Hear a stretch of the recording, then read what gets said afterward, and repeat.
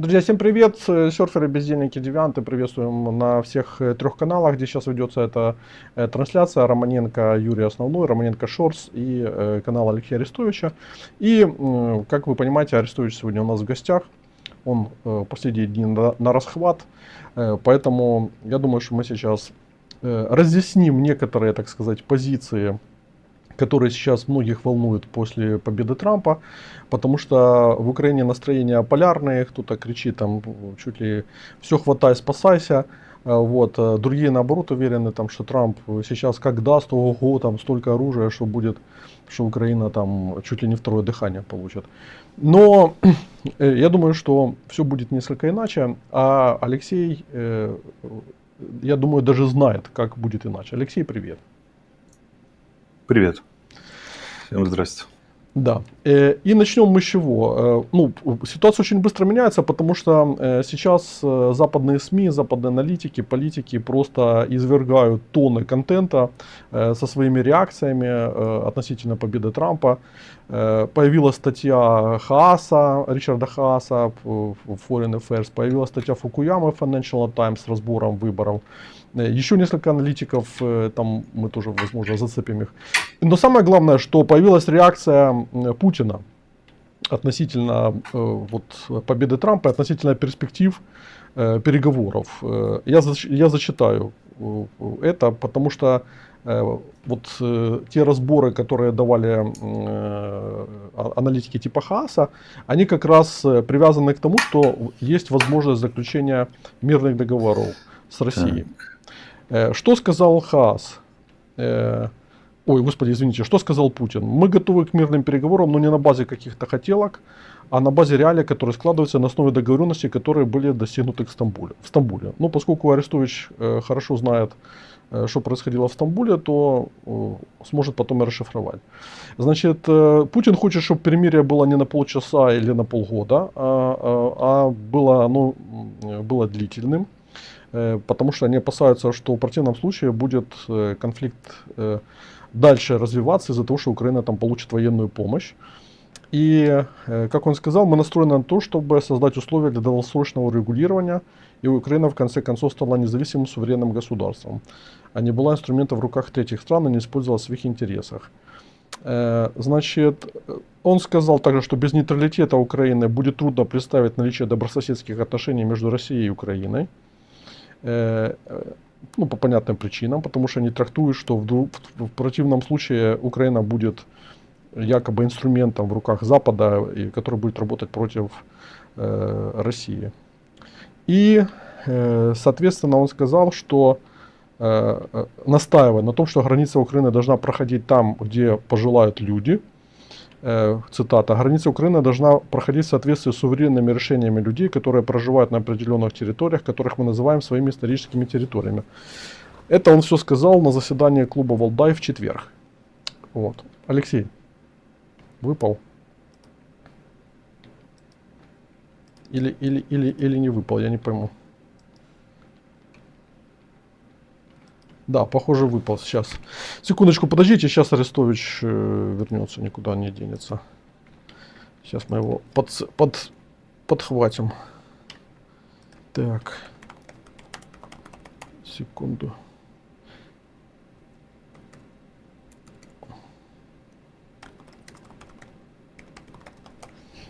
Сейчас мы его вернем.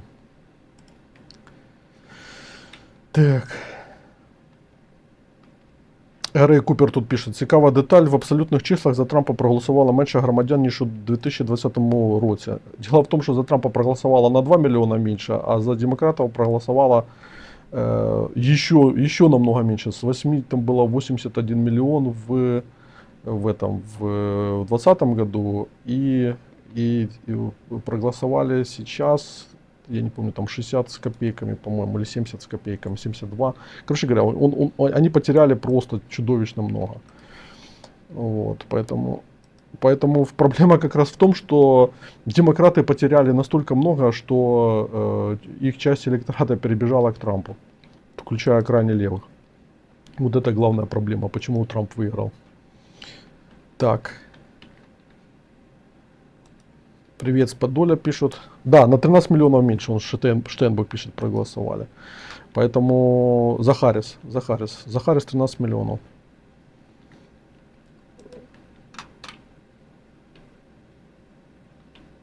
Так. Ну что он там, наш Арестович? Да, Миша, я с тобой согласен. 13 миллионов голосов потерять, это надо умудриться.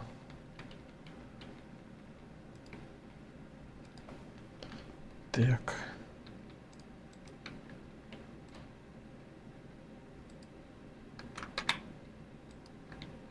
Так, Арестович там здесь что-то подключается.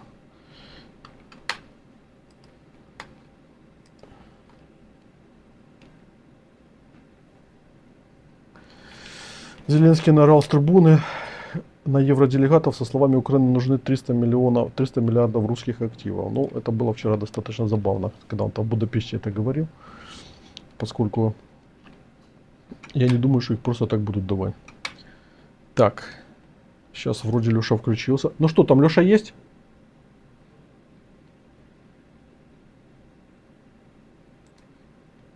Не, нету его. Сейчас я посмотрю, где он. Где наш Алексей? Так, он, смотри, он зашел. Дай мне другую ссылку, сейчас мы перекинем его, потому что он по этой ссылке не этот. Сейчас, секунду. Лови. Так.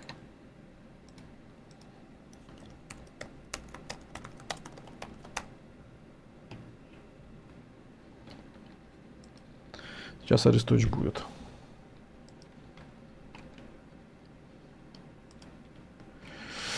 Так. Так.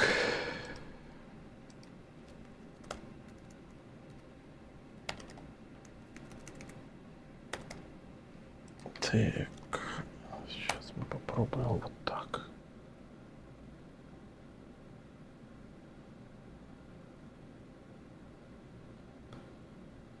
Так.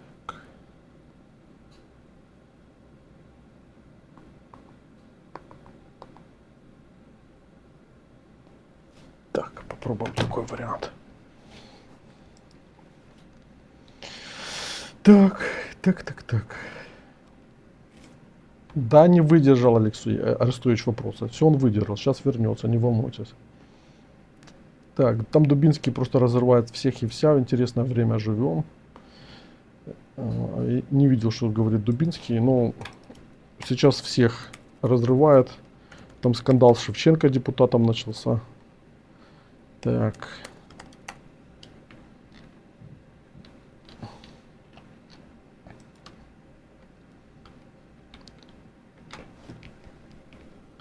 Заходи, Арестович. Ну, Я снова... все, теперь ты есть. Да, и на нормальном интернете, потому что отельный это бесполезно. Ага, ну вот, наверное, поэтому вылетел. Ну все, Арестович вернулся. Короче говоря, такое заявление Путина, в принципе ли оно оставляет возможность для мира, который, скажем так, был бы интересен Украине. Потому что Хаас в своей статье, я напомню, что Ричард Хаас, ну, такая, как бы, один из столпов американской дипломатии, является почетным президентом Совета по международным отношениям, тоже такая влиятельная очень организация. Так вот, Хаас сказал, что Запад и Украина должны переопределить определение победы. То есть Украина должна сосредоточиться не на том, чтобы вернуть границы 91 года, а на том, чтобы в принципе остаться суверенным независимым государством. Вот. И целью должно быть, цитирую, сохранение Украины как независимой, современной, экономически жизнеспособной страны. Она должна быть свободна в выборе своей политической системы и руководства. Страна должна быть свободна перевооружаться и поддерживать армию любого размера, как пожелает, и вступать в Европейский Союз, и принимать обязательства по безопасности от внешних сторон. И ей нужен экономический доступ к Черному морю. И для этого Киеву не требуется 100% своей территории, чтобы реализовать эти цели. И что же тогда нужно? Он говорит, что сначала нужно прекратить войну и выйти в перемирие, где там могут быть различные форматы там с демилитаризованными зонами, без демилитаризованных зон. Но главное начать вот, чтобы США и Европа начали этот диалог с Украиной и, собственно, вошли потом уже в переговорный процесс с Россией. Вот в контексте вот этого заявления Путина и в контексте таких предложений Хааса, который ну, влияет на формирование внешнеполитического курса США, вот как ты смотришь на эту перспективу?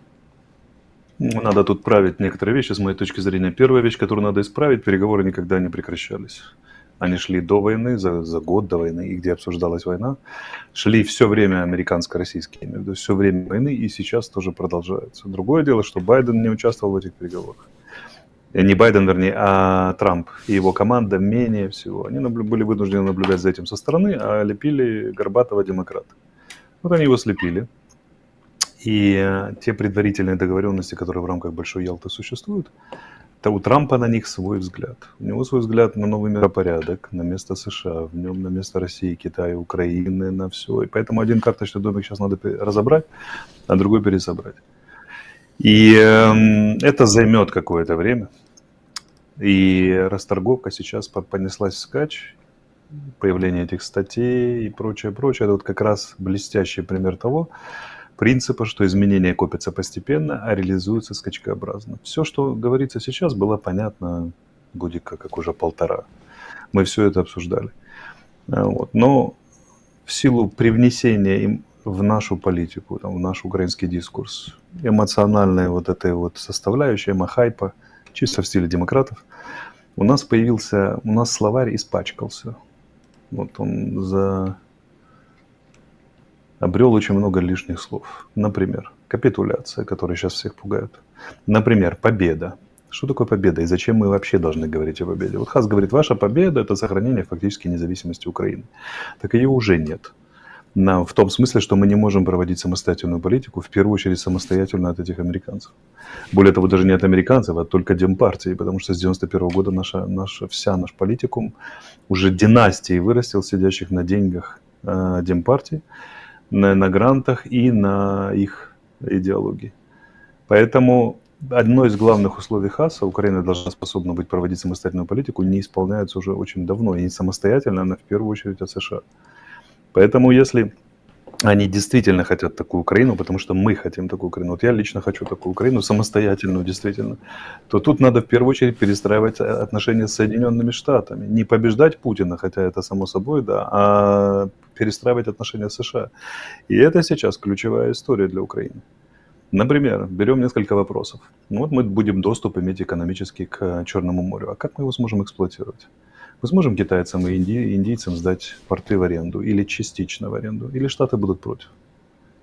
Поэтому нам сейчас, когда Трамп перестраивает весь карточный домик, нам надо перестраивать свой карточный домик взаимодействия с Трампом, ну и вообще с Соединенными Штатами, у которых новое лицо, у которых победа республиканцев и получение условно монобольшинства. Там, я, конечно, смеюсь, оно не моно, но большинства в Конгрессе и Сенате. Поэтому,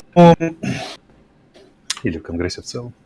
Поэтому ключевой вопрос номер 1 – выстраивание отношений с Соединенными Штатами и что мы можем предложить. Ключевой вопрос номер 2 – это выстраивание отношений с глобальным югом, если мы говорим о внешней политике, потому что наш ключ к глобальному югу – это Индия. Китай и Россия слишком тесной связки. Индия сохраняет как независимый остров свою политику, хотя формально она принадлежит глобальному, но она понимает его прежде всего как движение неприсоединения. И Моди в Казани так и сказал, это не антизападный блок.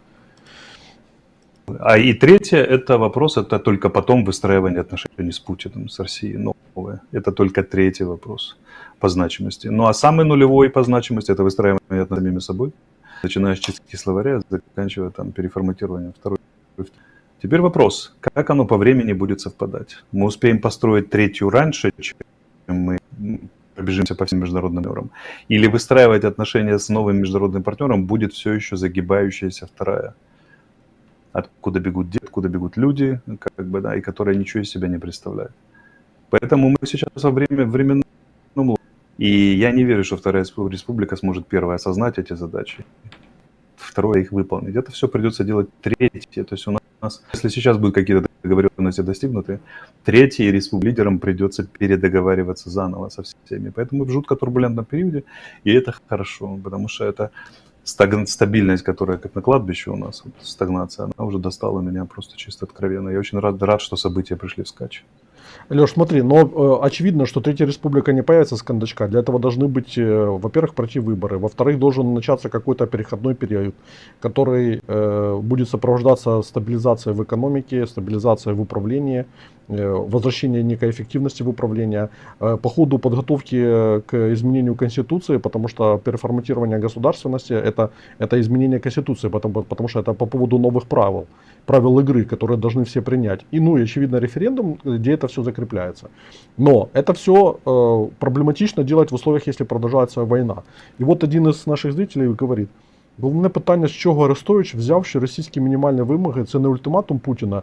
Без виконання цього ультиматуму Росія не припинить бойові дії. Тобто, А что такое ультиматум Путина? Вот у меня вопрос к этому уважаемому человеку. Он вам присылал этот ультиматум, вы его знаете? Что такое ультиматум Путина? Ультиматум Путина – это эмо-хайп. Это еще одно слово из эмо-хайпа словаря, которое у нас запустили вместе с капитуляцией, загибелью Украины и одвичным ворогом. Ничего этого нет на самом деле. Какой ультиматум? Где он выдвинул ультиматум? Вы уже знакомы с этим ультиматумом? Кто-то знает про этот ультиматум что-нибудь и так далее? Нет уже ультиматума. Есть 3 крайних его заявления. Крайнее вчера. Стамбульские соглашения. Если вы склонны считать Стамбульские соглашения ультиматумом, то напоминаю, что у стамбульской стороны есть свой взгляд. У Стамбульских соглашений есть свой взгляд России, есть свой взгляд Украины, и он далеко до конца еще не согласован. И мы не одни в этой борьбе за согласование позиций. Поэтому Путин предлагает начинать диалог на основе Стамбульских соглашений, но никакого ультиматума там в помине нет. Я вам скажу по секрету, что размер уступок со стороны Путина вас удивит, скорее всего, в том, что сейчас происходит.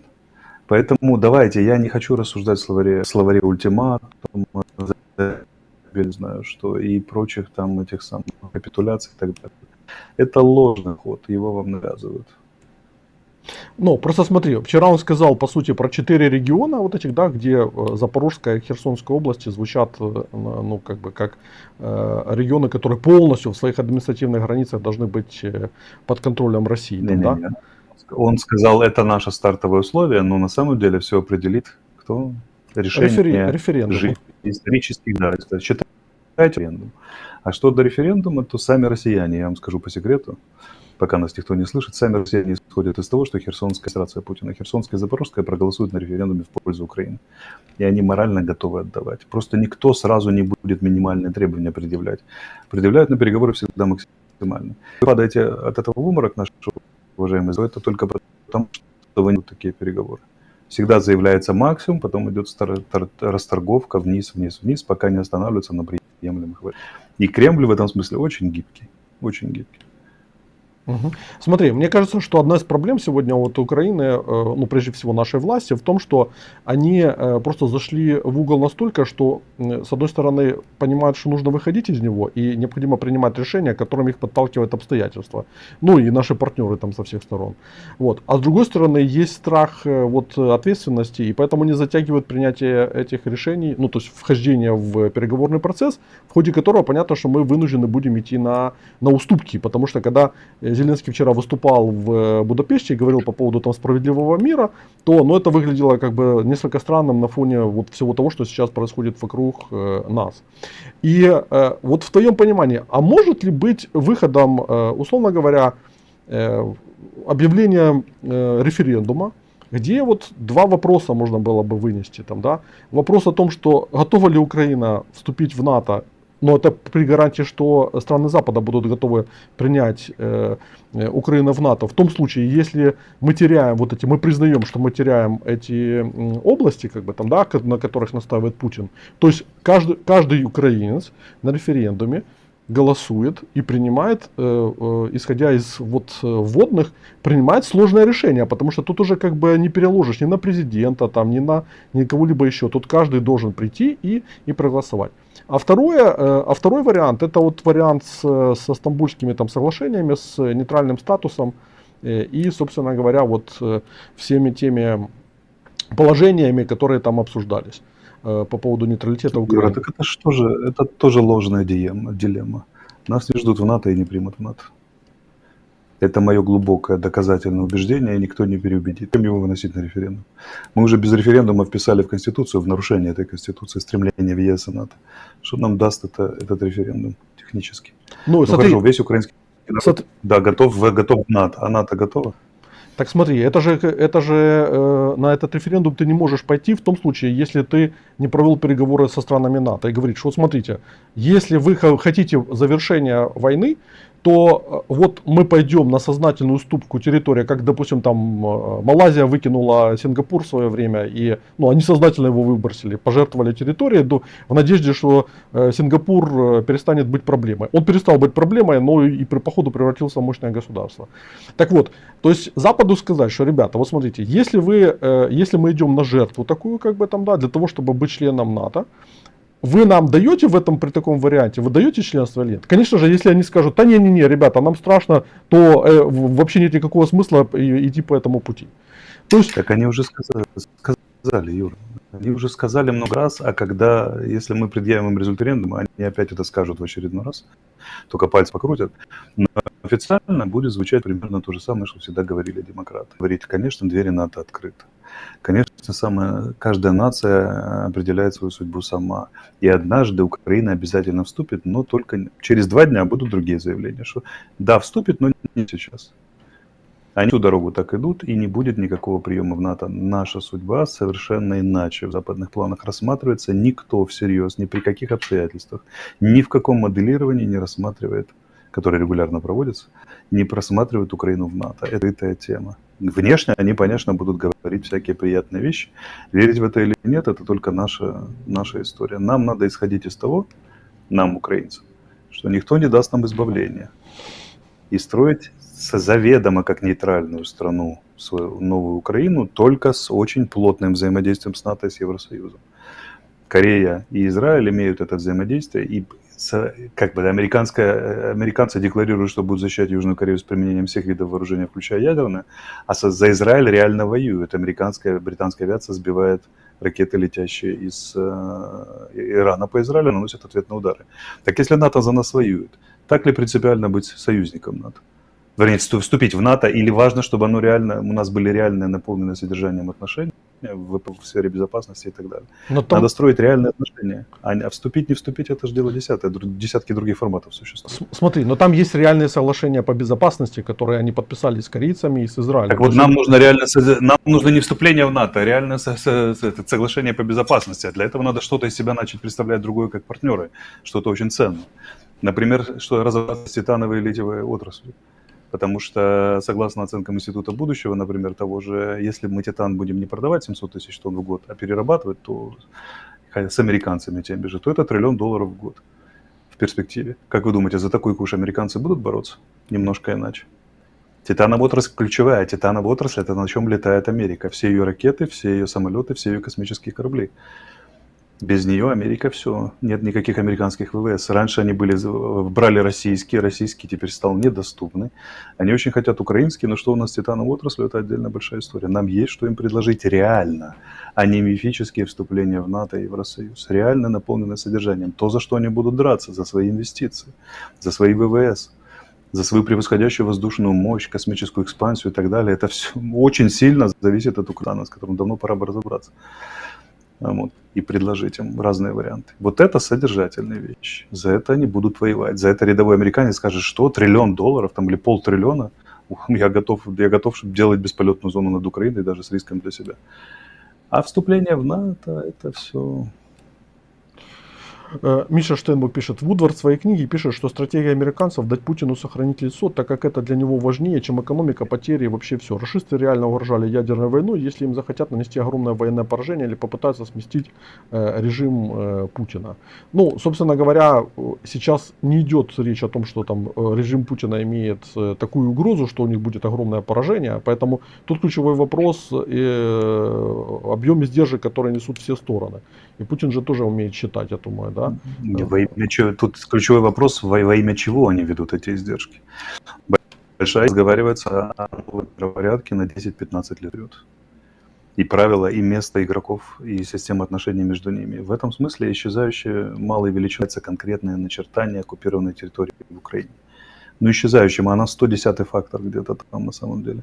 Они на нашем материале договариваются о новой системе взаимоотношений, так как на материале разгрома немецкой фашистской Германии они договаривались о новой системе безопасности в Европе. Разгромили бы другую какую-нибудь страну, договаривались бы на ее материале. Поэтому еще она была в Боливии, договаривались бы на войне с Боливией. Но так получилось, что договариваются на нашем материале. Вот и все. Интересы. И там оккупированных земель Путиным, там будет Покровская шахта взята или нет, это 110-й вопрос на самом деле. Миша, при всем уважении, я как бы знаю, насколько ты умный человек, но поверь мне, я хочу и тебе, и другим зрителям, которые считают, что речь идет о сохранении лица Путина, это не предмет вообще переговоров. Предмет переговоров один и тот же.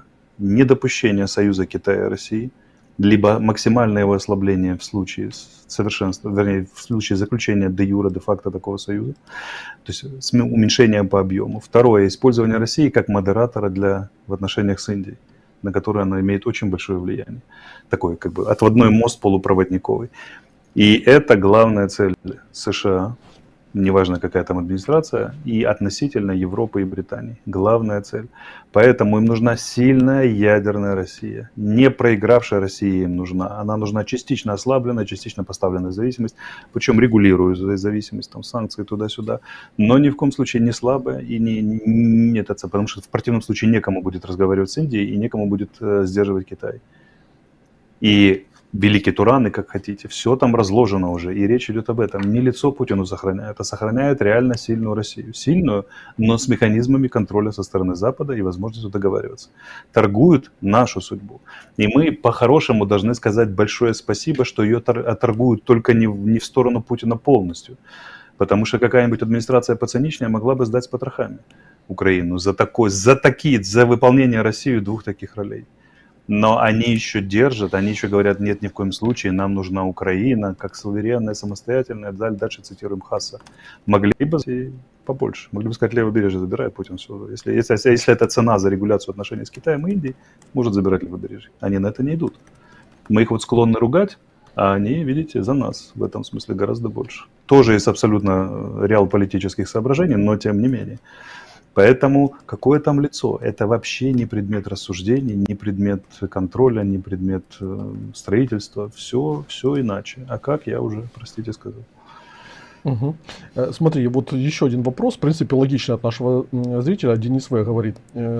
Спросите, пожалуйста, у Арестовича, а что именно Израиль и Южная Корея дают США? Какой титан или литий? Ну, тут вопрос с подвохом, потому что на самом деле у них ни титана, ни лития нет, но они функционально и организационно настолько сильны, что могут, собственно говоря, помогать. Не в этом дело. Они очень много дают. Американский ВПК – это в очень большой доле, особенно в новых технологиях прорывных, это в очень большой доле израильские наработки. В том же F-35, в F-22, в очень многих ключевых этих самых, это чисто израильские наработки, либо совместные наработки, где израильские мозги, например, американское производство, очень много. Там длительные, очень глубокие оборонные программы. Второе, это гарантия безопасности в регионе, потому что это ключевые союзники Штатов в регионе и ключевые операционные базы. Например, очень много запасов лежит американских на Ближнем Востоке, лежит в Израиле. Не только в Израиле, но в Израиле тоже. Там с этих складов нам передавали боеприпасы. Например, в частности. Южная Корея – это вообще ключевой игрок и союзник, военная сила для Соединенных Штатов в деле противостояния Северной Корее, Китаем и там союза с Японией. То есть это они контролируют регион, через который идет ключевой экспорт-импорт морской для Китая и для Японии, и для самой Кореи, которая 7-я экономика мира, на секундочку. Так вот, это все очень длительная история, долго выстраивающаяся, и там и по безопасности, и по экономике, и прорывным технологиям, причем корейцы тоже, что является ключевым ресурсом Запада в борьбе с глобальным югом, который по ресурсам уже может поспорить, а вот по технологиям Запад все еще опережает, является ближайшими союзниками. Израиль очень много дает. Очень много дает Соединенным Штатам в военной сфере, вы даже не представляете сколько. Ну, чтобы вы понимали, американская армия стреляет израильскими патронами. Даже на этом уровне, во многом. Не вся, конечно, но очень во многом. Поэтому, я с судом разъясню, что реально происходит в мировой политике. Собственно говоря, для этого мы с Юрой работаем. Миша Штейнбок продолжает. Повторю вопрос Арестовичу. Каким Трамп и его окружение, с которым Алексей общался, видит место Украины в новом мировом порядке? И я тут добавлю, что уже есть утечка, как бы там некоторых положений там, как бы плана Трампа, что выполнение договоренности с Россией будет перекладываться на Европу. То есть Европа должна будет там контингент оплачивать, если он зайдет там на линию разграничения, там перевооружение Украины. В том числе, если будет закупаться как бы американское оружие, я так понимаю, ну и европейское, естественно, то, ну, короче говоря, Европа будет за все платить. Вот его тезис. Давайте по порядку. Первое. Они рассматриваем этот конфликт как экзистенциальный. И в каком-то смысле имеем на это право. Они рассматривают это как маленький, узкий региональный конфликт. Услышьте, региональный конфликт. То есть это, ну, не мелочь пузатая, но частная проблема в свете тех проблем, которые стоят перед ними. Первое. Второе. Они считают, что это европейский конфликт. И Европа должна его грести. Потому что они, в принципе, на Европу хотят переложить весь, грубо говоря, чтобы Европа стала наконец-то Израилем или Южной Кореей, хотя бы частично, стала островом безопасности, который способен не только защитить сам свою безопасность, а не благодаря американскому зонтику, но еще может где-то ее спроецировать, эту безопасность, в частности, на украинский кризис, как они говорят. Им хочется повышения партнерских качеств Европы. Потому что на Северную Корею они безоговорочно могут опереться, на Израиль почти безоговорочно, на Европу, ну, типа, европейцы сразу говорят, вы знаете, у нас такой уровень медицины и образования 70 лет, только потому что мы не тратились на оборону, на американские деньги, что нам не хочется все это менять. Вот. Они хотят заставить их менять. А в отношении Украины у них такая позиция из двух частей состоящая. Первая. Они говорят, перестаньте быть клиентами, вы нас задолбали уже. Клиентами вы были для демократической партии, мы не хотим видеть вас в этой роли. Подачки, гранты, сопли, слезы, вечная жертвенная позиция с протянутой рукой, они презирают таких людей, они не хотят с ними делать. Приспособленцы, клянчащие, это как бы наиболее ненавистная психологическая фигура и социальная в их среде. Вот они терпеть этого не могут, а мы выглядим именно так. И второе, они говорят, что партнерами станьте. Какими мы будем партнерами, мы ждем от вас предложений. Вносите предложения, они говорят, как партнеры. Не у нас клянчьте видение мира, видение перспектив, денег на это все, а вносите предложения, мы рассмотрим. И второе, у них есть минимальный набор требований, который Хас, по сути, очертил. Та Украина, которая останется территорией не оккупированной, должна быть первой самостоятельной страной, способной вступать не в клиентские, а партнерские отношения, с выходом к морю, с минимальной экономической и военной базой. Они не собираются нас не разоружать, не отрезать от моря, там, не сдавать России, и в этом их очень большая сила. У нас тут их принято ругать и рассказывать, как они все хотят сдать нас Путину, но нифига подобного. Они, наоборот, хотят от нас повышения партнерских качеств, они от всех их хотят. Вот, и разговаривают с Путиным, с китайцами, там, с Индией, с большим уважением, чем с нами, с Европой, по одной простой причине.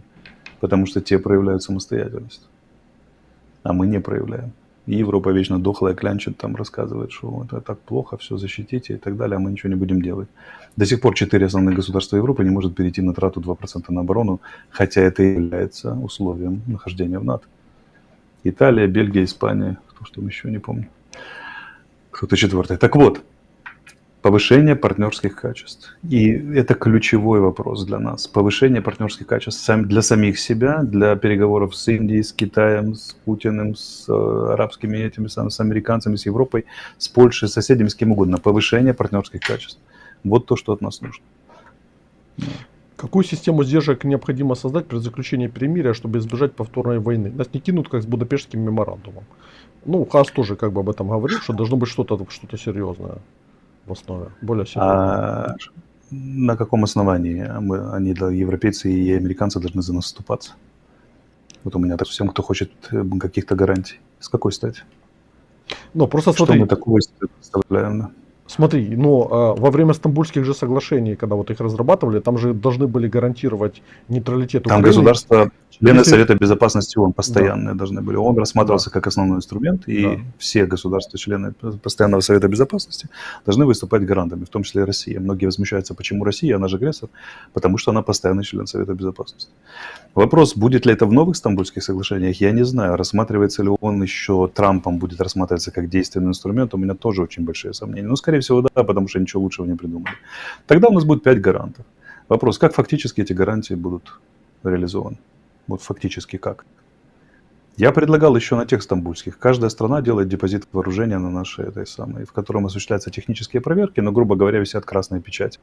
Мы их не трогаем в мирной жизни, не используем на военных учениях и так далее. Только не тратим. В случае войны вскрывается, и наши резервисты вооружаются этим вооружением.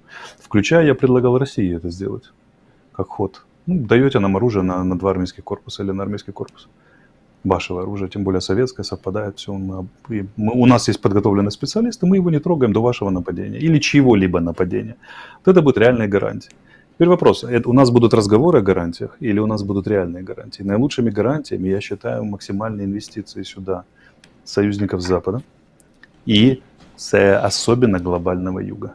Лучшей защитой от повторного нападения Путина являются китайские, индийские, арабские инвестиции в Украину. Теперь вопрос. А нам Запад разрешит привлекать сюда китайские, индийские и арабские инвестиции? Или сам захочет? И это ключевой вопрос.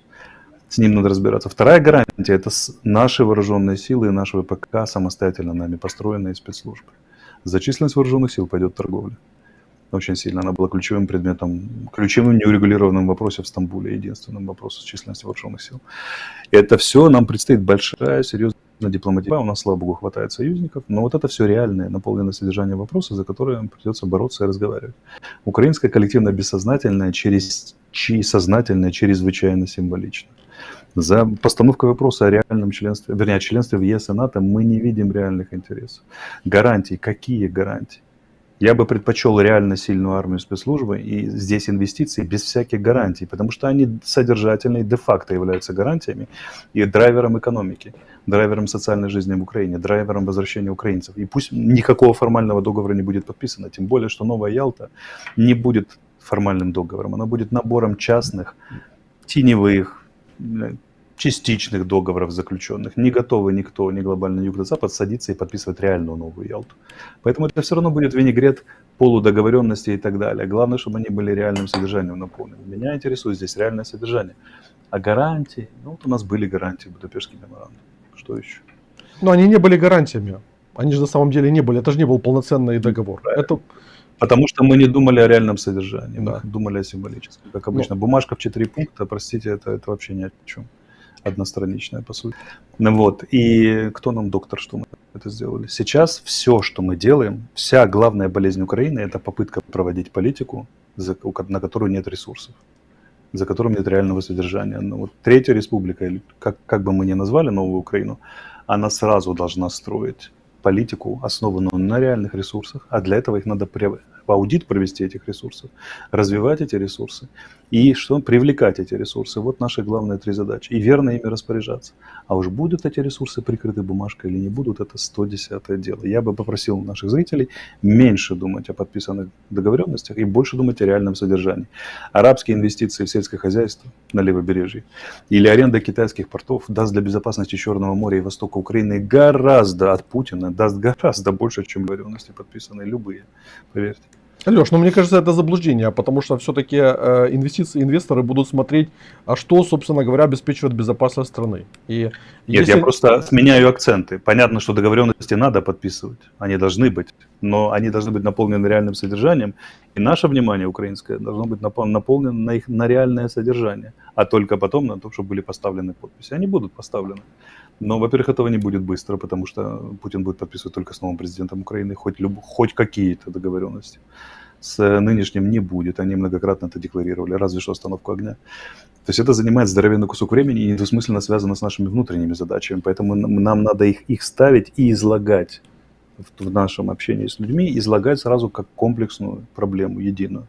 Потому что переход к Третьей Республике, он будет осуществляться в зависимости от того, какие цели и задачи мы поставим. Определяться будет этим переходом, в том числе успех выборов и так далее. И второе, а эти цели и задачи будут зависеть от того, насколько мы эти выборы выиграем. Так что это как лента Мебиуса, все зависит от всего. Акцент. Мне важно, чтобы украинцы начали думать о реальном содержании происходящего. Вопрос от одного из наших зрителей. Неужели опыт этой войны, тысячи боевых, прошедших войну украинцев, не является потенциальным интересом для Запада? Как бы это ни было, но мы вели боевые действия, они готовятся к большой войне. Не является никаким. Ну, на 2 ЧВК хватит наших ветеранов, которые что-то из себя представляют по западным меркам. Вы поймите, то, что у нас 1 000 000 человек прошел или 1,5 миллиона прошло войну, это не значит, что они супербойцы, которые прямо там могут в этих Африках и в других зонах разлома показать. Большинство из этих людей противника в лицо не видели никогда. Куда-то там стреляли, там в сторону посадки и прочее. А даже если видели, это очень односторонний опыт. Вы не понимаете, какие требования предъявляются бойцам ЧВК. Наши ветераны, которые растатуированные, бородатые, там, и с 2,5 года сражения со страшным противником, не сдадут большинство квалифицирующих экзаменов просто на этапе отбора. Их отсеют по психологическому тесту, по психофизиологическому, по профайлингу. Вы не представляете, какие реальные требования предъявляются. И сам факт, что ты служил в украинских ССО и на лодке высаживался где-то через Херсонщину, еще будет вызывать большие подозрения. Например, что у тебя со здоровьем после этих упражнений в крынках? С психикой после этих упражнений в крынках и так далее. Не думайте, что мы сможем составить такой прямо интерес. Ну, какая-то часть уйдет, но это будет частная, очень маленькая отрасль и занятия для 10 тысяч людей, там 15.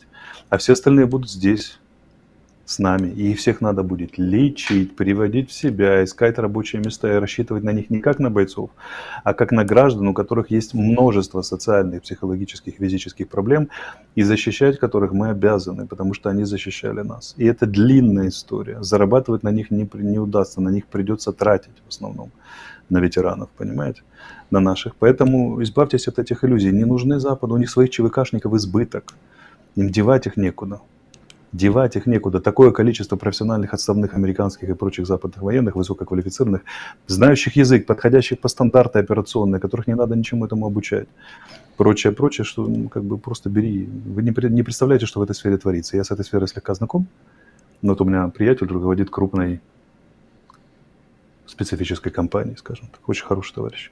И я просто вижу, у него сейчас горячий сезон, осень идет набор персонала. Ребята, такие мальчики приходят, что куда там нашим супербойцам, поверьте мне. Поэтому, как бы, да, и у них конкурс. Он отсеивает, он берет 1 из 8. Они в очередь стоят. Только они уже знают английский, эти мальчики, и знают все операционные эти самые. И были в тех местах, куда их снова будут посылать. А это такая вещь. А возьми морского пехотинца украинского из-под Херсона где-то там, я знаю, в Ирак охранять нефтяные вышки. Ну да, несколько людей прорвется, у которых знание английского, у которых там еще что-то. Но это не может быть отраслью и не будет отраслью. Не питайте никаких иллюзий. Смотри, вопрос Нараменко Шорс задает Алекс Заворотный. Юрий, Алексей, как вы оцениваете в процентном соотношении шансы прекращения огня до конца января? Спасибо заранее. Почему до конца января, правда? Ну, предыдущие договоренности были на Новый год. Я не знаю, будут ли выдержаны заново, потому что Трамп будет пересобирать карточный домик по ему известным понятиям. Поэтому парадоксальным образом избрание Трампа может растянуть проблему. Как бы, да, отдалить прекращение огня. А с другой стороны, может резко и ускорить, если будет достигнута принципиальная договоренность, что стоп, а потом договоримся, как я лично предлагаю. Я же предлагаю сделать прекращение огня и договариваться хоть 20 лет обо всех этих параметрах. Зачем только убивать друг друга в бедной войне, которая уже не дает никаких результатов ни одной из сторон? Если бы она была хотя бы осмысленна, эта война, давала какие-то результаты военные, которые можно было превратить в политические. Это медленная мясорубка для обеих сторон. И то, что россияне там берут по 3 деревни в день, это же ничего, на самом деле, по большому счету, для большой политики ничего не играет роли. Поэтому мы надеемся, что она закончена будет скоро, я надеюсь. Прекращение огня. Но прекращение огня – это не остановка войны, это всего лишь прекращение огня. Второе – это не договор. Мирный, немирный, официальный, неофициальный. И уж точно это не новое соглашение с предусмотренными гарантиями. Это все 4 разных этапа, и за каждый придется очень тяжело бороться. Если война становится завтра, это значит, что надо закатывать рукава. И первый этап сделан, еще 3, и каждый из них тяжелее друг. И на каждом придется биться там насмерть за украинские интересы. А и соглашение, это все надо обеспечить, понимаете? А скажи, а как ты вот в этом контексте смотришь на первое назначение Трампа, которое вот анонсировано? Сьюзи Уайлс будет главой аппарата Белого дома. Ну, по сути, Ермаком Трампа, как бы там, да. У нее такой жесткий имидж, она помогла ему избирательную кампанию выиграть, и, в принципе, у нее такой аура железной леди, там ее там даже и, по-моему, похожим Ice Maiden называют, ледяной девой. вот, называют, что она вот такая волевая. И, собственно, еще несколько фигур, вот, которые, ну, про Маска там все слышали.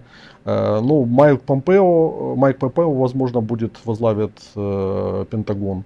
Ричард Гренелл, тоже как бы фигура интересная. Возможно, он пойдет на этого главу Совбеза, или может пойдет на госсекретаря, пока еще непонятно. Но вот он как раз говорил о том, что необходимо создать автономную зону там на востоке Украины.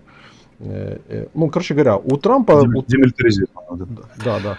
Смотрите, назначение Трампа в первую очередь надо понимать как подготовку к большой внутриамериканской драке, потому что он анонсировал зачистку госаппарата. Порядка 25-35 тысяч чиновников планируют сменить центральных органов власти, федеральных. Там чуть ли не переформатировать состав, структуру и возможности спецслужб. Ему предстоит колоссальная драка внутри, и он подбирает соответствующий персонал, в первую очередь, для решения внутренних задач. Внешние, конечно, будут, никуда не денутся, сверхдержава не сможет себе сбросить как бы ответственность перед миром, свою долю ответственности перед миром, как бы какие бы изоляционисты не победили, жизнь их очень быстро научит, что они именно во имя интересов штатов внутренних не может пробросить внешнюю политику. Нас, конечно, интересует внешнее, но они на самом деле больше всего готовятся для внутренней. Почему леди на вторую руководителем аппарата? Потому что, чтобы не обвиняли в лишней маскулинности, это давно очень по той же причине, по которой Камала Харрис была второй у Байдена, потому что гендерный вопрос крайне чувствительный в Америке. Он одно из ключевых предпоний вообще в содержании того, что здесь происходит. И дама очень, кстати, будет Трампу, которого обвиняют в сексизме, в чем угодно. Но вопрос о качествах этой дамы. И то, что железная леди, что такое глава аппарата, колоссальная нагрузка внутренней, идеологической и административной борьбы, которая им предстоит. Тяжелейшая борьба. Он собирается радикально сменить, переформатировать американский дипстейт. Представляете, какого объема эта задача, если этот дипстейт формируется с 17 века непрерывно? Ему нужны не просто железные леди или ледяные, им нужны сверхлюди. Стараются их формировать на первый этап. Но в то же время эти все люди имеют внешний социальный портрет, они должны как-то резонировать с партнерами, резонировать со спонсорами, резонировать с той частью дипстейта, который хочет переформатировать другую часть дипстейта. Люди подбираются очень тщательно, аккуратно. А кем они окажутся, мы посмотрим, что они смогут, чего они не смогут. Помпео в роли министра обороны – это очень хорошо для нас. Он как бы, если очень просто, за Украину. Угу. Ну, он тоже, по-моему, в наблюдательном совете Киевстара даже присутствует. Да, он давно знает хорошо украинские дела, и это вот лишний раз, что проклятый Трамп бросит Украину, это не так, поверьте. Там люди очень хорошо знающие тему Украину, сочувствующие Украине, любящие Украину, реально любящие, просто любящие Киев, Украину и так далее. Очень много среди них. Они любят ту часть нашего активистов и ту часть наших политиков, читайте 99%, которые клиенты демократической партии. Поэтому надо очень четко понимать их отношения. Они очень плохо относятся к нам, к нашему истеблишменту, как к клиентелле даже демократов многолетней, и очень хорошо относятся к Украине и украинцам. И это надо не путать, потому что наша клиентелла пытается выдавать плохое отношение к ним за плохое отношение ко всей Украине. Та же история, в чем меня постоянно обвиняют. Мне рассказывают, что я не люблю как украинских политиков и активистов, я, значит, не люблю всю Украину. Да, а что же я все время своей жизни посвящаю Украине, скажите, если я ее не люблю. Леша, скажи, из этого вытекает ли, что грантовые программы, которые вот идут на многие там наши как бы НГО, там, да, и на этом держится, в принципе, вся эта инфраструктура, в основном завязана на демократов, что она будет значительно сокращена? Это первый вопрос. Ну, Трамп будет ее сокращать, но он же не может отменить демократов. Поэтому наша надежда на то, что я бы очень хотел, чтобы разгромили всю грантовую тусовку, у нас просто в ноль. Но, к сожалению, скорее всего, этого не будет. Потому что демократические фонды остались. Они просто будут не государственные деньги пересылать, но частные. Но за них будет более жесткая борьба у наших активистов, которые будут поджирать друг друга и политиков. И второе, конечно, в общем, кормовая база будет сокращаться. Они уже там слезы льют, на сходки сходятся и руки заламывают. Вот, поэтому, но госденьги, скорее всего, на это идти не будут. Или будут идти в меньшем объеме и с большей проверкой. Вообще первое, что они сделают, это они устроят ряд проверок. Особенно в деле поставки вооружений, траты денег и так далее. Аудит. А теперь смотри, еще такой вопрос. Как ты считаешь, вот сейчас Киев для того, чтобы показать свою адекватность, вот он, если бы пошел на такой шаг, как, допустим, там приостановление полномочий Маркаровой в Вашингтоне. Ну, они же просили, там Джонсон уже просил, письмо даже писал, что уберите ее. Юр, Вот. это частности. Что нужно сделать Киеву? Нужно написать на листочке бумажки литий и титан и показать на экране зум-конференции с Мгм. Трампом. Вот это то, что нужно сделать Киеву сейчас. То, что реально американцев очень сильно интересует. Доступ к критическим редкоземельным ресурсам, которых у нас, простите, очень много. Так получилось. Это два ресурса 21 века. Литий и титан. Они у нас есть. У нас отрасли даже соответствующие есть. Только там нет американцев. Там есть кто угодно от российских шпионов до украинских там решал, но нет американцев. Поверьте, что американцы совсем по-другому с нами бы разговаривали, если бы у нас были совместные перерабатывающие предприятия, вдруг тут образовались, да, и перспективы развития отрасли. Вот это то, что реально нужно. Так, ну, то есть ты считаешь, что если вот такие по пути мелких этих Что мелкого такое Маркарова? Ну, на фоне происходящих процессов Маркарова и вообще, скажем так, фамилия посла Киева в Украине в Соединенных Штатах, ну, это исчезающая маленькая бюрократическая роль, там не о чем говорить. Вот. Просто тогда они взбесились, что на завод республиканцев, который принадлежит, да, республиканцам в Совете директоров General, кто там, этот самый, я не помню, кому они там приехали, да, одни сплошные республиканцы сделали бенефисом демократической партии. По сути, обвинили в том, что президент и его администрация, как это некоторые спикеры республиканцев занялись поддержкой демократов на выборах. Ну, вот мы никогда не были сильны. Мы очень много разговариваем про двупартийную двупалатную, ее никогда не было на самом деле. Двупалатная, может, и была, а двухпартийная никогда. Мы всю жизнь ехали как захребетники демократов. Республиканцы откровенно презирают наш истеблишмент за это. Откровенно. Они не то, что в него, они презирают его просто, ну, брезгливость испытывают. Вот. Народ любит, Украину любит, я хотел бы это подчеркнуть, реально за нас, в этом смысле, чисто по-человечески за нас. Когда узнают, откуда вы, from Ukraine, сразу говорят, можно обнять. Или начинают крепко трясти руку. Как вы там, мы за вас, давайте, мы этот самый, вперед, вперед. Они не любят нашу клиентелу.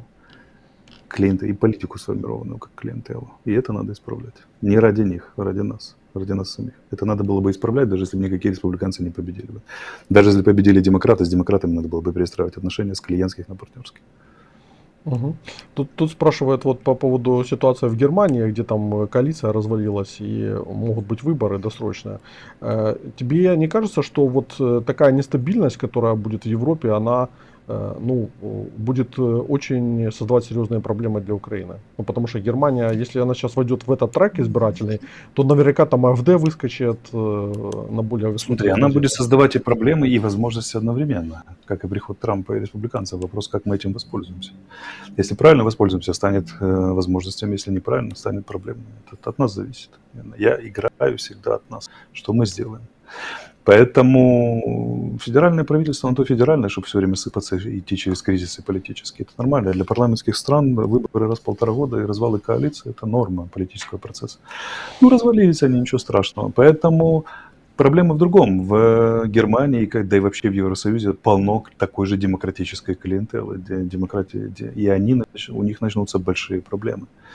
А вот что смогут предложить реально европейские правые, которые, между прочим, очень сильно антиамерикански настроены во многом, это большой вопрос.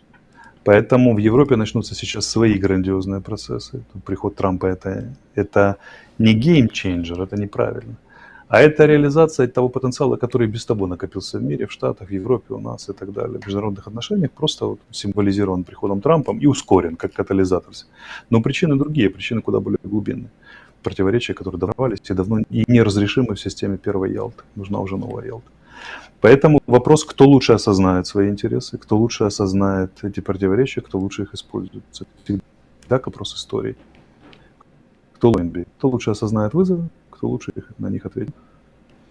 Мистер Холли Мейдж, и не только он спрашивает, на Романенко Шоу тоже там был этот вопрос.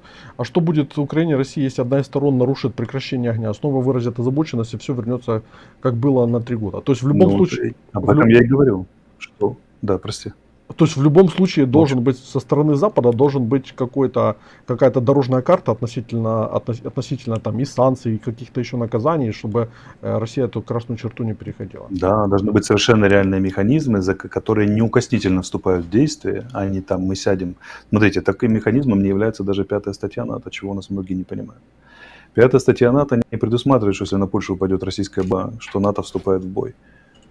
Она предусматривает, что страны будут осуществлять консультации, необходимые для защиты. А результатом этих консультаций можно сказать, что теоретически может быть, что это допустимо, так как начертана 5-я статья и весь комплекс статей, что мы выражаем озабоченность, а за Польшу не воюем, например. Они, конечно, будут воевать, но теоретически этой 5-й статьей не предусматривается. Это для тех, кто наивно верит, что вот в НАТО надо вступить, это тогда нам все гарантировано.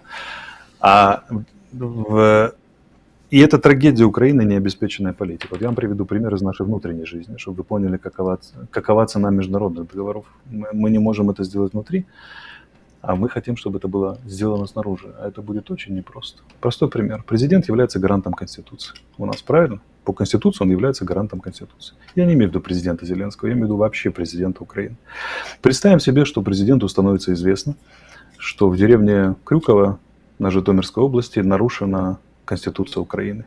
Он как гарант имеет механизмы восстановления конституционной целостности и законности в этом конкретном случае? И я вам сразу отвечу, не имеет. Мы по Конституции сделали его гарантом, у него никаких механизмов не существует для гарантирования Конституции. Поэтому ее нарушают все, кто не попадя, и в основном, конечно, сами президенты. 76% по оценке юридического комитета Верховной Рады, 76% действующего законодательства Украины и вносимых законопроектов противоречат Конституции Украины. А как президент может оседлать и заставить депутатов более ответственно относиться к своим обязанностям, пересмотреть законы, которые противоречат в части приведения к Конституции? И второе, не принимать новых, не подавать. Всегда возможен процент ошибки, неграмотных юристов, конкретных депутатов. Там 3%, 6% в год может противоречить. Но 76% системно, народ, о чем мы говорим? Мы систему договоренностей, нынешняя Украина, не в состоянии обеспечить внутри. Мы живем как дикий хутор, которого шатают из стороны в сторону, а не как нормальное общество, которое регулирует общественные отношения основным законом Конституции. Мы не можем решить эту задачу внутри. Как вы хотите, чтобы мы получили гарантии снаружи? У нас Конституция в отношении каждого из вас и нас, которые сейчас с вами общаются, не гарантирована. Если ваши конституционные права нарушат, а они нарушаются сплошь и рядом, одними мовными законами там и прочими, вы ничего не можете с этим сделать, потому что в стране не существует соответствующих механизмов.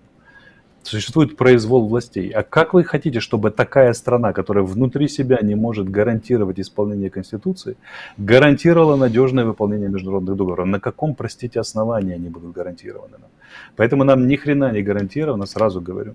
И нам предстоит тяжелейшая борьба хоть за какие-то там гарантии. А когда мы их получим, за какое-то их исполнение в случае агрессии. Поэтому, ребята, мы в очень сложном положении. И разговор о гарантиях это не в смысле, вы дайте, а иначе мы не будем договариваться, мобилизуем 500 тысяч, еще будем воевать. А это очень серьезный вызов, такой, я бы даже... Вот это настоящий экзистенциальный вызов перед Украиной, получить эти гарантии. И каждый, кому мы будем требовать гарантии, может нам ткнуть в морду неисполнением гарантий государства по отношению к гражданам и общественного договора внутри самой Украины. И они будут тыкать. И тыкают, и будут тыкать.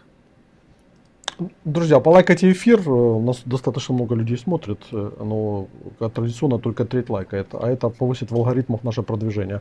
Вопрос, который беспокоит очень соотечественника после твоего вчерашнего эфира у Латынина. Зачем ты к ней пошел? Ты же говорил, что ты типа ушел и все с концами. Я не хочу с ней системно проводить эфиры, я ей говорил об этом, но по ключевым вопросам, да, она попросила, я поговорил с ней перечень вопросов. И мне понравились вопросы.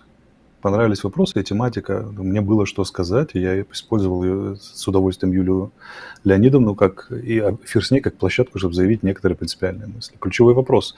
Насколько мы были игроком в этой войне?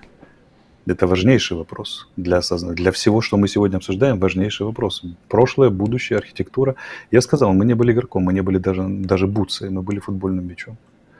И именно осознание статуса как футбольного мяча, первое, мне было очень важно донести до наших зрителей. Второе, призвать к мысли, чтобы ни в коем случае этот статус для Украины больше никогда не повторился. Никогда, ни при каких обстоятельствах. Будь лучше самым маленьким, самым слабым, но игроком, нежели футбольным мячом, Ну смотри, который был для всех. но даже Да. как бы тут я с тобой не совсем соглашусь, потому что даже Курская операция, вот которая у нас была там, да, на глазах, и то, что было в начале, там, когда Украина проявила субъектность там и поломала там все сценарии, которые были в Москве и у 5 американцев, недель. да, но это 5 недель. ну это была игра, ну появилась игра своя Ну, какая-то. была игра, она закончилась, как бы. А Курская операция, это просто мяч выкатился за поле, да. На секунду. Поэтому, ну, были мы там этим. Мяч, осознавший себя, на немножко выкатился за поле. У нас нет системы. Страна, которая не выполняет собственную конституцию. Я когда-то говорил с американским шпионом, говорю, таким вот, который всю жизнь был шпионом, там во всех странах мира побывал, и всю жизнь боролся с Советским Союзом. Старый такой уже серьезный дед. И я говорю, вы КГБ боялись вообще? Как вы оцениваете КГБ как противника? Он говорит, Леша, КГБ была организация очень серьезная. У нас масса неприятностей была с КГБ. Они нас переигрывали очень часто. Не то, что по периферии холодных войн, но внутри Соединенных Штатов. Но один Эймс чего стоит? Или Кембриджская пятерка, когда люди, призванные бороться с российскими шпионами, сами были российскими шпионами. Это очень глубокое, серьезное проникновение. Это большие, говорят, были большие, но по большому счету мы их не боялись. Он говорит, ну не то, что не боялись, у нас фундаментально мы понимали, что правота на нашей стороне, и мы победим. Я говорю, а как вы понимали, что он давал этот мотив? Говорит, давал очень просто. Мы знали, как обращаются в Советском Союзе со своими перебежчиками. Ну, вернее, со своими офицерами. То есть растоптать в одну секунду. Советская система могла растоптать в одну секунду у человека, который служил 20-35 лет праведно и так далее. Он говорит, и когда система обращается так со своими, не может победить в принципе. Понимаешь, да? Вот как для меня было. Я как-то подошел к папе, когда войска из Афганистана вывозили, у меня папа военный, мне 14 лет, я подхожу, выводили, говорю, папа, а сколько пленных осталось? Он говорит, человек 400 в Афганистане. Я говорю, а как мы, такая большая страна, Советский Союз, каким-то, бляха, партизанам оставили 400 наших пленных солдат и офицеров?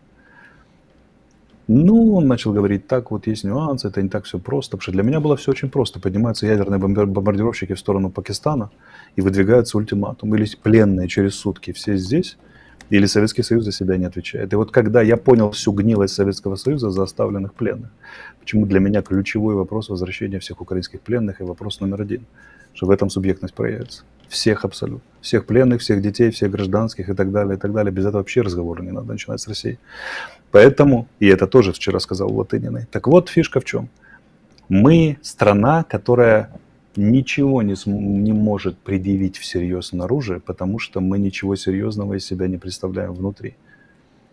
У нас не действуют собственные законы, у нас не выполняется собственная конституция. Беспредел чиновников, под улюлюканье толпы принимаются один за другой антиконституционные законы. И наш лозунг, на самом деле, все на защиту Конституции, один из наших лозунгов должен быть. Нашей Конституции, украинской, она ей жопу подтирает. Все, кому не лень этой Конституции. Понимаете, да? Как страна, не выполняющая собственную Конституцию, в лице американцев, для которых Конституция святой, они ей клянутся, и все во имя Конституции, как она может, что мы из себя можем представлять в их глазах? Мы ничто.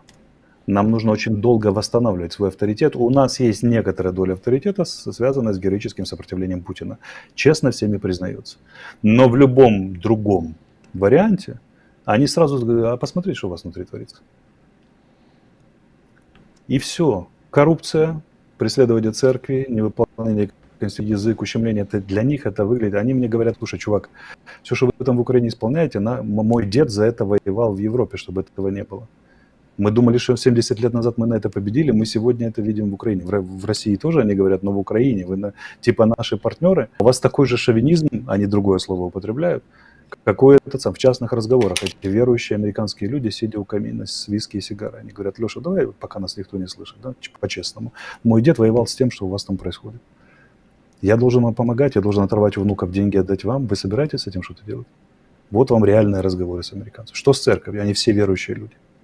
Все верующие люди, и церковь играет превалирующую роль в их мотивации, религиозность. Главная их мотивация религиозная, чего у нас понять не могут. Когда пытаются просчитать систему их мотивов, у них главная мотивация религиозная. Они говорят, что с церковью в Украине. И ты задолбешься через этот барьер перепрыгивать, понимаете, да? Потому что предъявить нечего. Страна, преследующая церковь, не исполняющая Конституцию и играющаяся в разрушение и снятие памятников и сжигание книг и вывоза книг из библиотеки.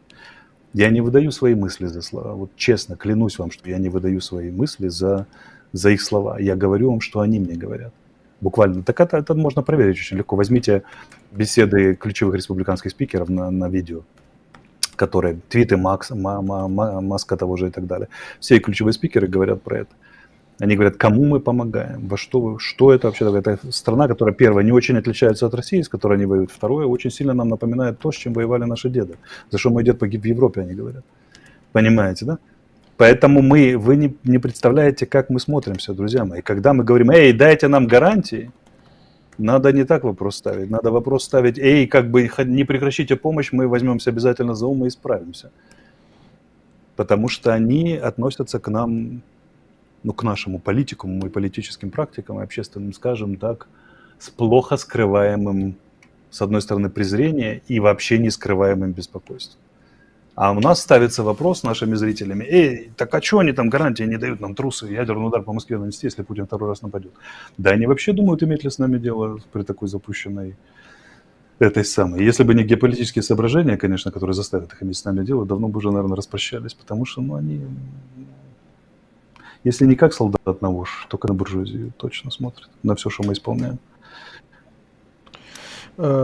Как ты смотришь, наверное, уже сейчас будем потихонечку подходить как бы к концу, тебе там тоже, насколько помню, готовиться надо. Как ты смотришь на расширение вот этих скандалов, которые сейчас пошли, там Шевченко начал говорить, нардеп, который то ли гуровец, то ли не гуровец, Дубинский там прорезался, еще один депутат смылся за границу, как бы, да. То есть, как бы, вот оно все выглядит как будто, такая монополия монополия, которая была там у Банкова и «Слуг народа», вот она начинает трескаться, потому что, есть ощущение того, что вот оно... К сожалению, или к счастью, не знаю, решайте сами, думающих людей понимают, что история этого политической группы закончена. Политическая история. Просто есть люди, которые делятся, которые подпарадно стукают в кулачки и кричат «я же говорил, ура, ура, ату их». А есть люди, которые смотрят на них не как на конкретных людей, наделавших огромное количество ошибок, или там и преступлений где-то, если речь идет о коррупции, там еще каких-то вещах. А, например, о том, что Зеленский имеет до сих пор статус верховного главнокомандующего воюющей страны. Вот так, как я смотрю. Я смотрю с точки зрения государственных интересов. Мы заинтересованы в том, чтобы передача власти была мирной и законной в Украине. Прошу прощения. Конечно, заинтересованы, потому что любое, опять же, антиконституционная смена власти – это вопросы к легитимности всех последующих. А вопросы содержания помощи, гарантий. И еще один повод сказать тем, что в Украине не исполняются ее собственные законы. Лично, при всей сумме претензий к Банковой, при том, что они меня персонально преследовали и преследуют, я категорически противник любых ненормированных, какие ни воображай, процессов перехода власти. Там. Она должна быть максимально легитимной, идеальной, комар носа не подточит. И когда людей начинают прорывать, и они начинают кричать, там все, значит, немедленно, там и так далее, на виллы и так далее, я очень скептически к этому отношусь. Очень скептически, понимая, какие международные последствия это вызовет, да и внутренние тоже. Поэтому давайте, я очень не люблю Банкову в ее складе. А вот верховного командующего и аппарат, как бы, да, я на их стороне, потому что я государственник и мыслю. И они должны, и персонали, которые занимают соответствующие ячейки в конституционно-штатной структуре государства, их ветер истории сдвинет.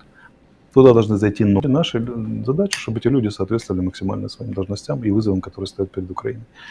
Вот моя позиция. А прорывать эту мозаичку будет. Это как плотина. Она начала трещать из-за внутренней неспособности решать задачи. И таких прорывов все будет больше. Больше и больше. Народ. Хотя бы окончат войну, да, самое веселье найдется. И она начнется такое, это веселье, что я, честно говоря, за эту легитимную передачу власти начинаю откровенно опасаться. Вот. Поэтому невозможно столько лить народную кровь и над народом издеваться и просто уйти, там, омахиваясь опахалом, да, спокойно, да, проиграть выборы и уйти. что-то да будет. Есть просто люди, которые мыслят государственным образом. Они мыслят сочувственно пострадавшим, десяткам тысяч пострадавшим, миллионам беженцев. Я вполне верю, что Евгений Шевченко, например, у него болью за украинцев, там, да, или тот же Дубинский и так далее. Как минимум часть мотивации. Но за болью должно стоять государственное соображение. Действующему верховному главнокомандующему нелегитимный сваливая, это не лучший выбор для государственника, а народный депутат. Это государственный деятель у нас вообще-то по закону. Хорошо.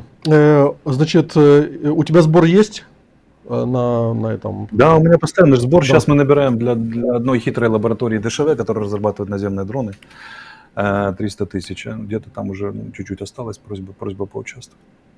Да, обязательно поучаствуйте. А я со своей стороны призываю всех пойти посмотреть фильм «Буча». Он вчера начал идти в широком прокате, идет во всех кинотеатрах по Украине. Наши медоеды уже некоторые пошли и оказались... Да, уже отзывы написали даже. Да, и оказались наш очень призыв довольны. такой: сходи и напиши отзыв. Там, хочешь поддержать нас, сходи и напиши. Да, и те, кто боятся, что там какой-то кровавый трэш, то сразу, спойлером буду, этого нет, это глубокая психологическая драма, но она настолько глубокая, что вы думаю, будете несколько дней думать то, что вы там увидели, и чтобы вы понимали, это не про бойню, не про разрытые и так далее. Понятно, это все про экзистенциальные выборы религиозного порядка, которые люди совершают в жизни. Причем все, включая этого самого российского полковника, который так блестяще сыграл. Поэтому это глубокая психологическая драма о нас вообще, как о людях. Вот ее и надо с этой точки зрения смотреть. Да. Поэтому не бойтесь, берите семьи, берите друзей, вы не пожалеете, это добротное украинское кино, и оно является примером того, каким должно быть в принципе украинское кино, которое не стыдно показать, и в котором есть мораль, и в котором есть этика, и своя эстетика, и, в общем-то, чем больше такого кино будет, тем больше будет людей смотреть украинское кино, и не нужно будет бегать за бюджетными подачками, там, потому что этот фильм снимался не за бюджет, это за деньги людей, за деньги бизнеса, и в этом тоже его своя прелесть. А я сейчас выложу у себя в телеге и в фейсбуке, я выложу с авторами фильма, с актерами выступления, там были очень трогательные выступления, особенно меня поразила женщина, дочка убитой в Буче, тоже женщина, вот эта вот, которая прогремела на весь мир, Филькина, и вот эти руки, помните, с маникюром, которые лежали, это ее дочка, которая там сказала настолько проникновенные слова, что я думаю, все украинцы должны это увидеть. И я у себя в телеге, в описании к эфиру вы это все найдете. Вот, Леша, тебе большое спасибо, и надеюсь, скоро мы тебя увидим в Украине. А скоро уже, подождите чуть-чуть. Кое-что сейчас доделаем здесь и домой. Да, люди вже чекають. Так що все. На этом обнимаем, целуем. Алексей, Юра. Au revoir. Пока.